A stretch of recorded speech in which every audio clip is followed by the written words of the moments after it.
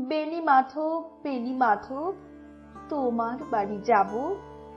বেনি মাধব, তুমি কি আর আমার কথা ভাবো?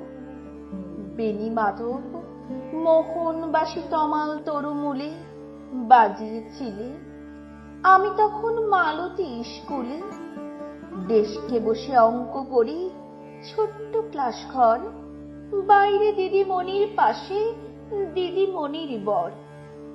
আমি তখন নবম শ্রেণী, আমি তখন শাড়ি। আলাপ হলো বেনি মাধব সুলেখাদির বাড়ি। বেনি মাধব, বেনি মাধব, লেখাপড়ায় ভালো, শহর থেকে বেড়াতে এলে আমার রং কালো।